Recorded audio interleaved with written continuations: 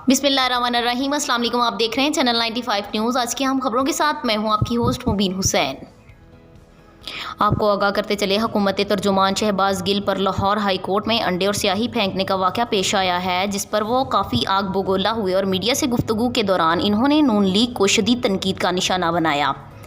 ताहम वो इस दौरान बड़ा दावा कर गए हैं कि इनके पास सेनेट इंतखाबात से मुताल्लिक एक व्हाट्सएप वीडियो कॉल की रिकॉर्डिंग मौजूद है। मौलाना फजलुर रहमान का कहना है कि पार्लियामेंट से इस्तीफ़े नहीं देते तो लॉन्ग मार्च की ज़्यादा अफादियत नहीं होगी। कल पीडीएम का सरबराही इजलास होगा, पार्लियामेंट से इस्तीफ़ों के एजेंडे पर रखा गया है। कल पीडीएम इजलास में लॉन्ग मार्च से मुतल्लिक हतमी हिकमत अमली तय होगी।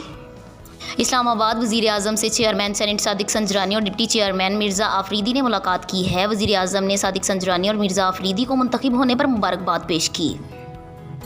इस्लामाबाद एन 75 डस्का इंतखाबात केस में नून लीग उम्मीदवार नौशीन इफ्तिखार ने सुप्रीम कोर्ट में जवाब जमा करा दिया। नौशीन इफ्तिखार की जानिब से तहरीरी जवाब में कहा गया है कि हल्के के अवाम को जमहूरी हक राय दही से रोका गया। 20 प्रिजाइडिंग अफसरान का गायब होना तशवीशनाक है। जवाब में इस्तदा की गई है कि PTI के इलेक्शन कमीशन के फैसले के खिलाफ दरख्वास्त को खारिज किया जाए।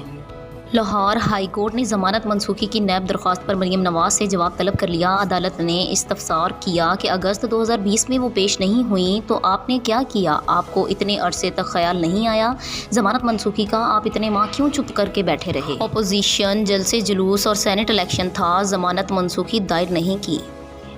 ये थी अब तक की अहम खबरें। मज़ीद अपडेट्स के लिए चैनल सब्सक्राइब करें, बेल आइकन को प्रेस करें ताकि जो भी नोटिफिकेशन हो वो आप तक पहुँच सके। खुदा हाफिज़।